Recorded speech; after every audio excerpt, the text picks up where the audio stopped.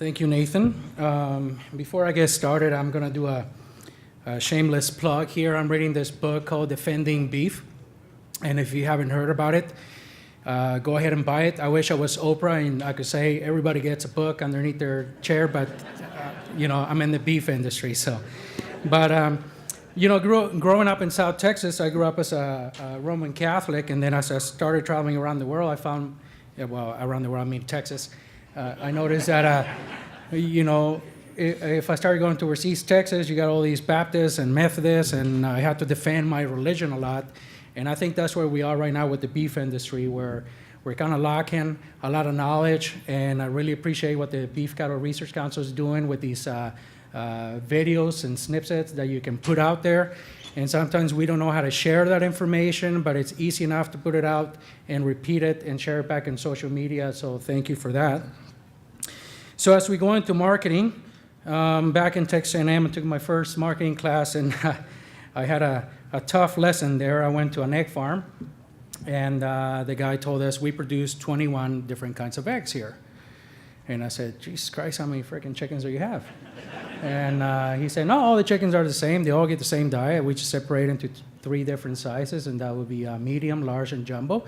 But we package for 7 different brands. And so when you go to the supermarket, your carton of brown eggs for 99 cents came from the same chicken that the super fancy wrap one for Omega Enhanced, right? And those cost $5 a dozen, right? So you need to be careful, and I'm always encountering people that are trying to fool you, so you have to be careful with marketing and what it is that you're saying. Just because you're selling vegan burgers doesn't mean they're made from real vegans, right? So let's talk about what is an alternative market. Well, it's anything that adds value to your product. It has differentiation at the end point, but alternative markets, the beauty about it is that it can turn price takers into price makers.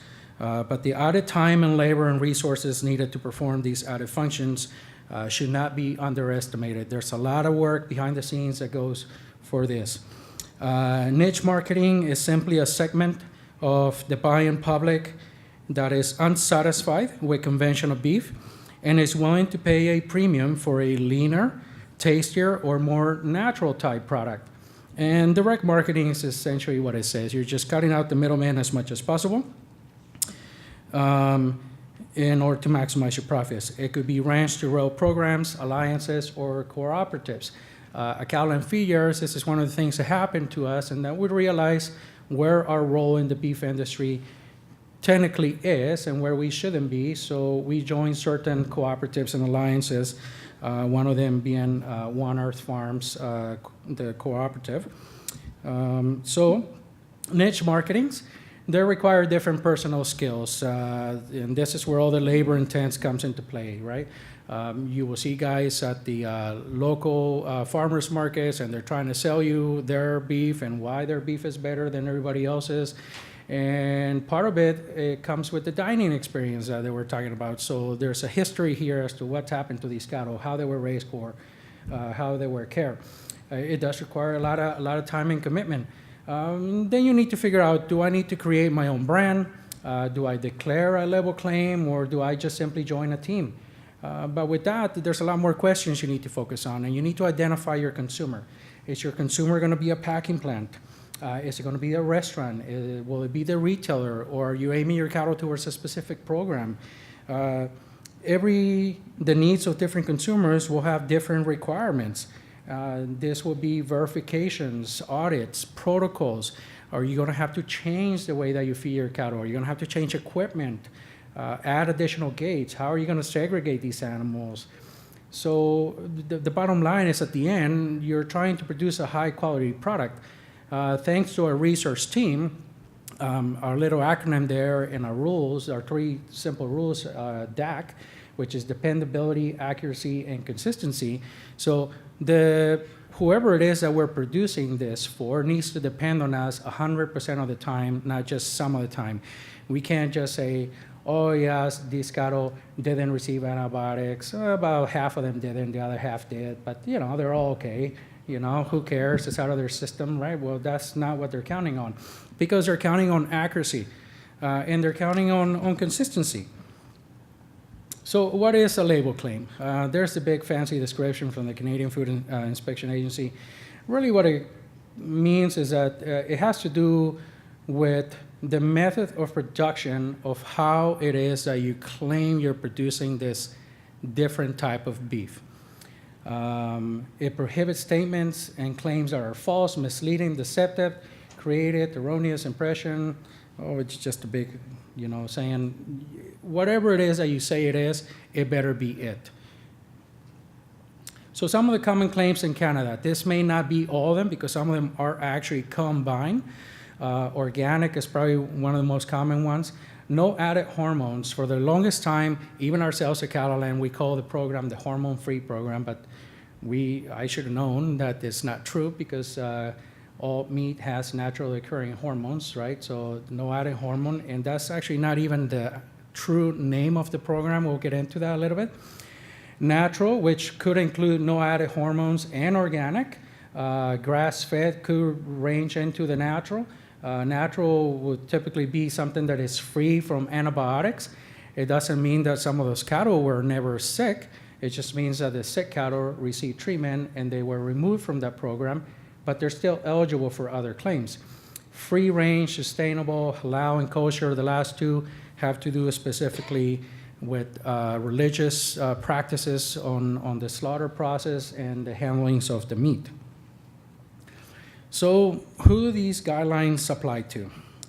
Well, guidelines that are not mandated by a trade agreement are voluntary. However, once you state such claim, you are subject to all the guidelines and regulations for that claim. So part of my argument, we have a neighbor down the feedlot who they decided to move out to the country, and now they started their own Facebook page for the organic farms. And they're selling free-range chickens and free-range turkey, and that's because they really don't have a place to keep them, so they're just running all over the place.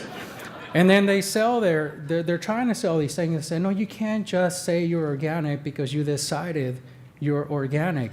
There's a lot of work that has to go into proving that you're organic, that the feed for, let's focus back to beef, that the feed for the cattle is organic, that it comes from an organic farm, that the bedding is organic, because now you have to worry about, are they going to eat the shavings or the straw? So we are not organic because we realize that to take organic at our level at Cattleland, even at our smallest feedlot, which is 9,000 head, we could find enough feed and bedding and everything to produce it, but not cheap enough because we would have to haul it away from Manitoba all the way to Strathmore, Alberta. And then the cost of production would increase just ridiculous, right? So sometimes you have to understand where your role is, and you can't take, and also when you go organic, you cannot combine organic and non-organic cattle in their feeds.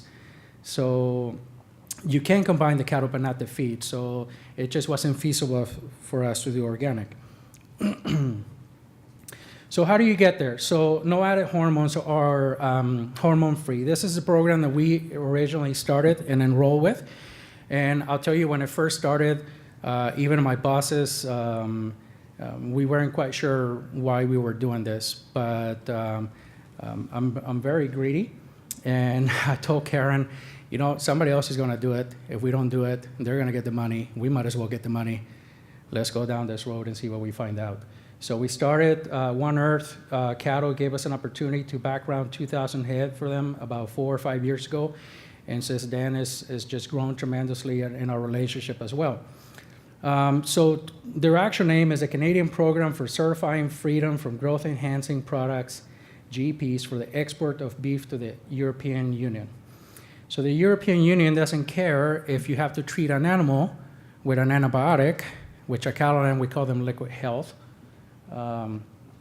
They just care whether you administer an implant or fed the animal something that will enhance its growth, like a beta agonist, such as Zilmax or Optiflex. One Earth Farms actually exceeds these claims because they feed a natural, 100% natural program. So they Their claims is no ionophores, no beta agonists, no implants, and no antibiotics at any time. When the cattle fall out of that one particular program, they're still eligible for export to the European Union, so they're still eligible under this program, just not their overall claim. So how you start in this program is that, number one, you need to apply for enrollment with your local certified veterinarian. We found out that just because you're a veterinarian doesn't mean that you're certified by the CFIA to enroll somebody in this program. So our vet had to enroll himself or their practice and learn all the regulations and procedures.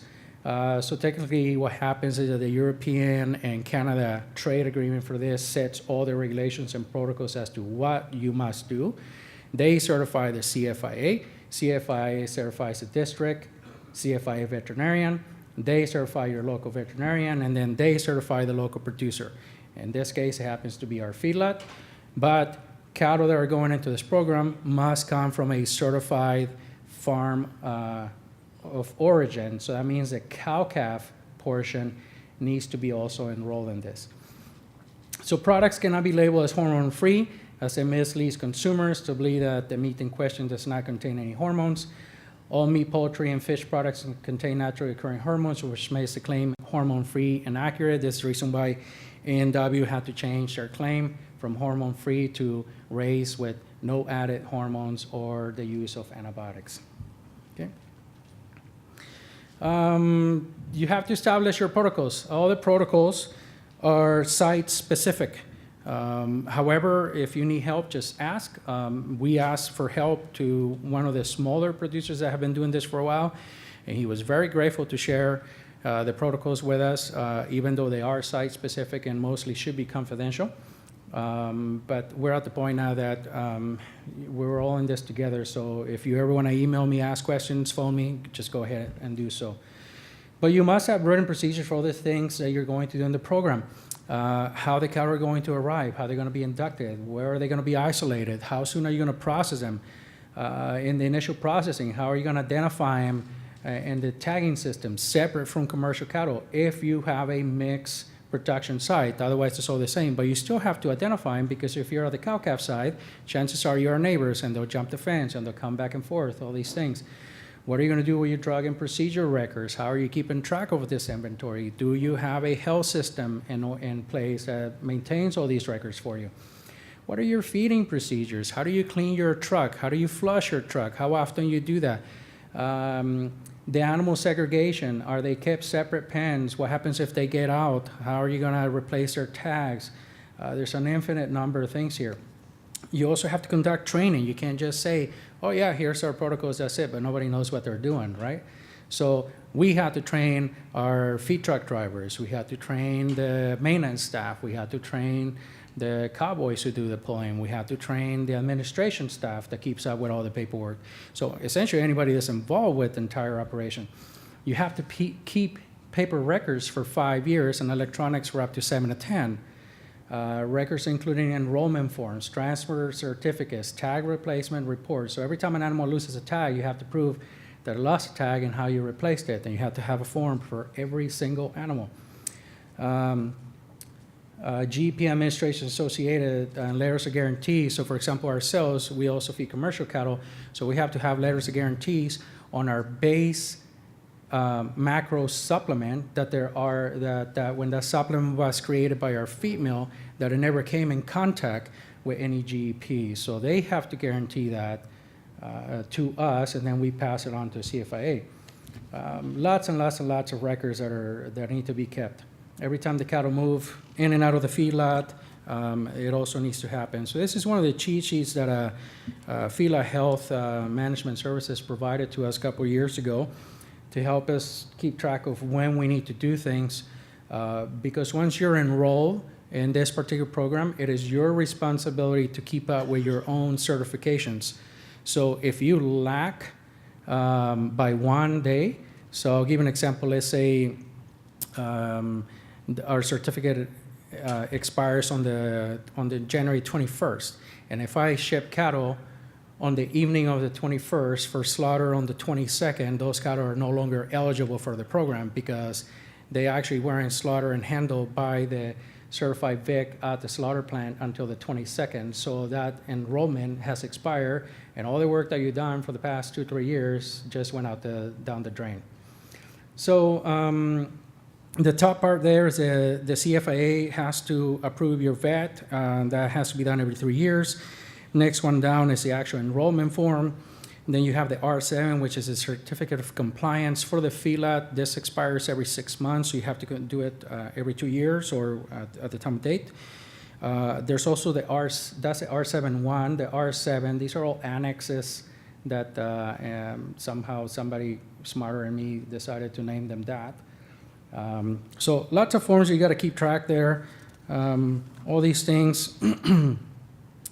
Give you an idea, this is a very rough sketch of our feedlot. But at the very top, that enclosed area up there is what we call our natural alley. At each end, we had to install cattle guards. So that's where the trucks have access. And the center alley was permanently closed. We installed cattle guards at each end, so that way our trucks could go in and out without having to get out and open and close gates all the time. And what we also did is we installed barrier arms, kind of like you have at parking lots. So the truck has to come in, it has a fob, and only specific trucks can go into that feeding area. The arm raises, it goes in. So even if the arm does get stuck open, the cattle don't get out. Because the biggest concern is that if they do get out of their bunk, which they will when they're young, that way they only have access to their own feed. So feed that is still in the natural program, and that way they will not commingle with the rest of the feedlot.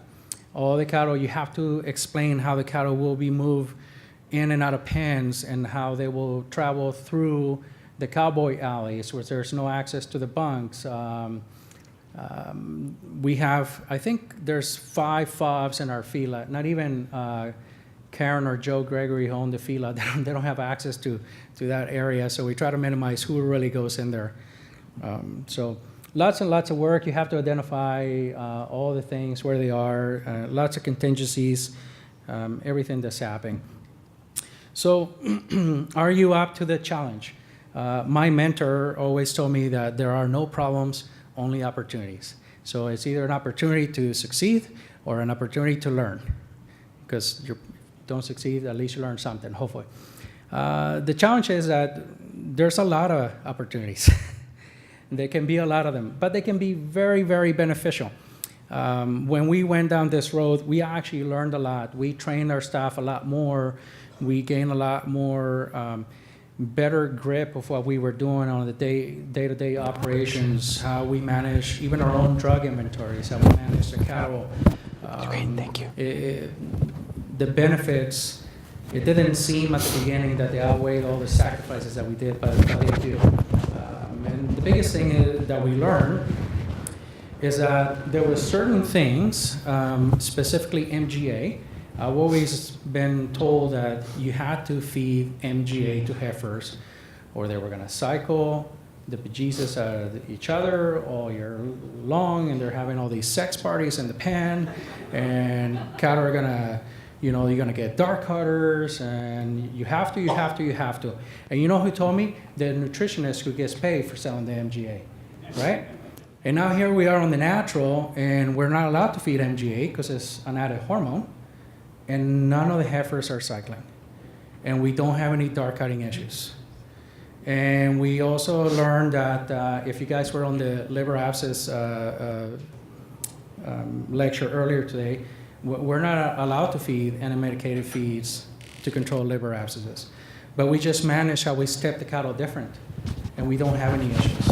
So all of a sudden, you start kind of questioning how you do things. Now, I'm not saying that we're 100% natural, but you definitely look at things a lot different as to why is it that I continue to feed certain products when the only reason I've known it is because the guy that I'm supposed to trust is telling me, but it's just going in his pocket or her pocket, whatever case might be. So the benefits can be beneficial. I mean, the opportunities can be beneficial. And remember, Not everyone can be Captain Kirk. Sometimes you just need to understand that you are Scotty from engineering, okay? And if you realize, I'm gonna be the best damn engineering chief there is, you can be just as successful as Captain Kirk, and you'll never have to say, I'm giving her all she's got, Captain, right? So know yourself, what you're capable of, what you're willing to do, because the bottom line is that integrity is everything. You can say all you want to say. Dog is the only one that knows what really happened there. Okay? So with that, I hope you learned something. If you have any questions, ask him, hunt me down. Remember that the word crisis in Chinese is made of two characters. One of them is danger, the other one is opportunity. Thank you.